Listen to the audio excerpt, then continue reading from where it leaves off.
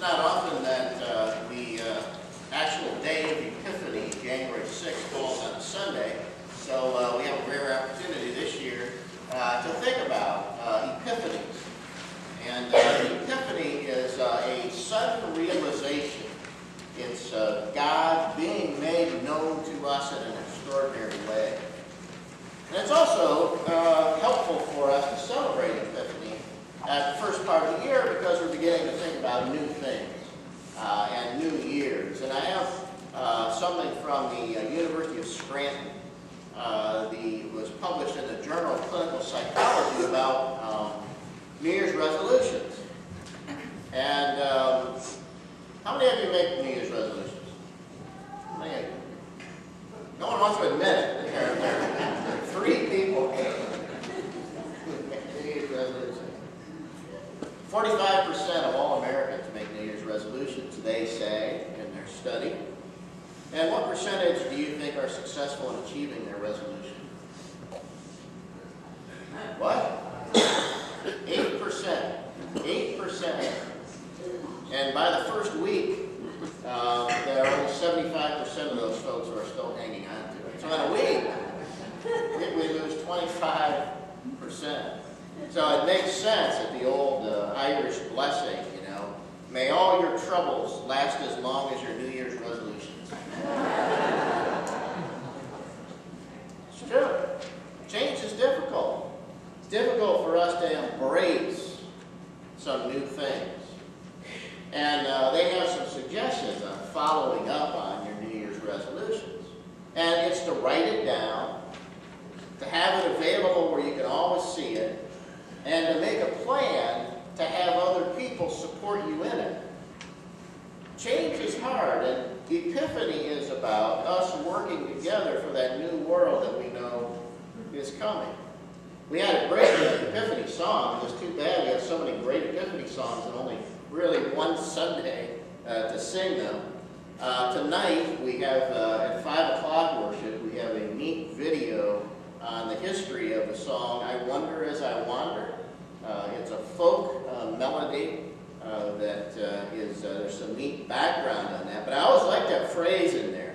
Jesus the Savior did come for to die for poor, ornery people like you and like I.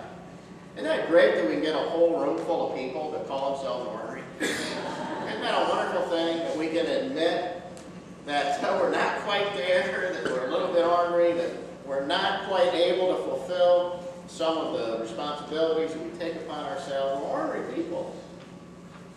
So today, I want to draw your attention quite simply to Matthew chapter 2. And, usually I have the key verses in bold, so we read them together. And I want to point out that there were different ways of reading Jesus in this passage. Verse 3, King Herod was deeply disturbed when he heard this.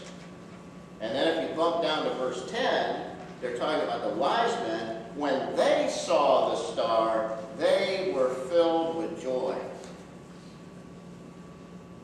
Isn't it true that a lot of people live disturbed lives?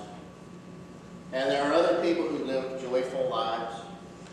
There are people who are fearful, and there are people who are faithful. There are people who are condemning, and there are people who are creating. And so today we have this response to life laid before us for a new year. How will we embrace some of the opportunities and the events of this new year? Fear is the opposite of faith. Some people may think that doubt is the opposite of faith. But really, fear is the opposite of faith.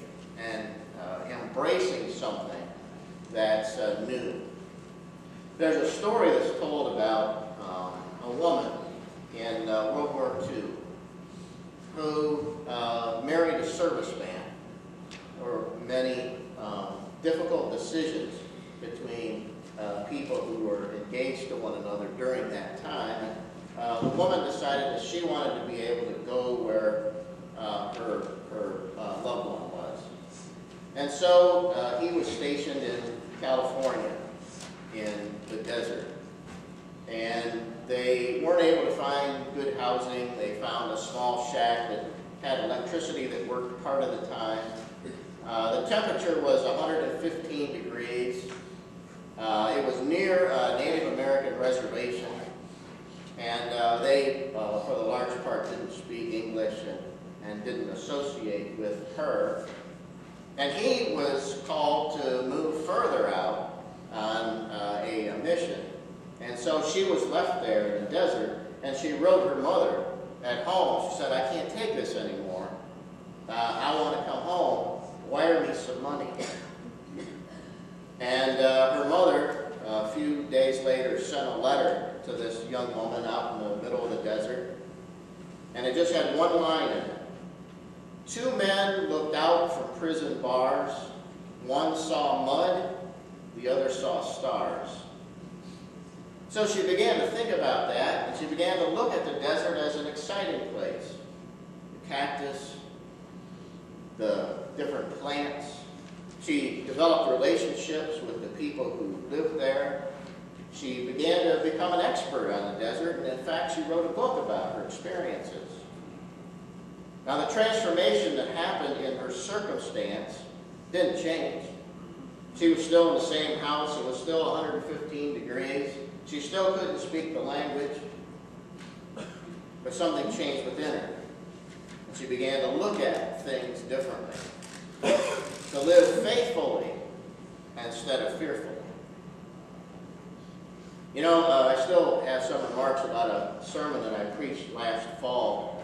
It was based on a video that I showed people during the preparation to be married, a premarital inventory. And in that video, they said that you have to check your positive and your negative communication with one another, and that you have to have 8 positive interactions for every 1 negative interaction. And that's a minimum. That's a minimum for a healthy relationship. 8 positive for 1 negative. And I looked it up, so I have to live up to it. You have to live into your sermon. 8 positive for 1 negative. Think about that in our lives. Think about that 1 negative thing that happens to us. And we need to be led along 8 times in a positive way. Think about the way we speak to people, you know. I also had that little hand thing with, you know, the way you check yourself before you say something, to think. I had a couple people ask me for a copy of the slide that we had on that. Before you say something, you ask yourself, is it true? Is it helpful? Is it inspiring? Is it necessary? Is it kind? Now, if you think about that, 50% of us are not going to get past the T. Is it true? And then 48% of us are not going to get past, is it helpful? It's so easy to be negative and condemning, but it's difficult, and it takes more time to be creative and to do good things. You know, some of you, I used to like the coffee house down in Cleveland. Some of you may have gone coffee down there. They had good breakfast down there. They just recently bulldozed it about a year ago, I guess. You know what? It was one guy and a bulldozer, and it took 2 days. And in the end, there was an empty lot and a bunch of rubble. It's easy to condemn a house. It's easy to condemn a program or a person. And it doesn't take a lot. But to construct a building, to be constructive and to be creative, it takes many people. When I was in Springfield, Illinois, the Habitat for Humanity there did these things they call blitz builds. And they did it in 10 days.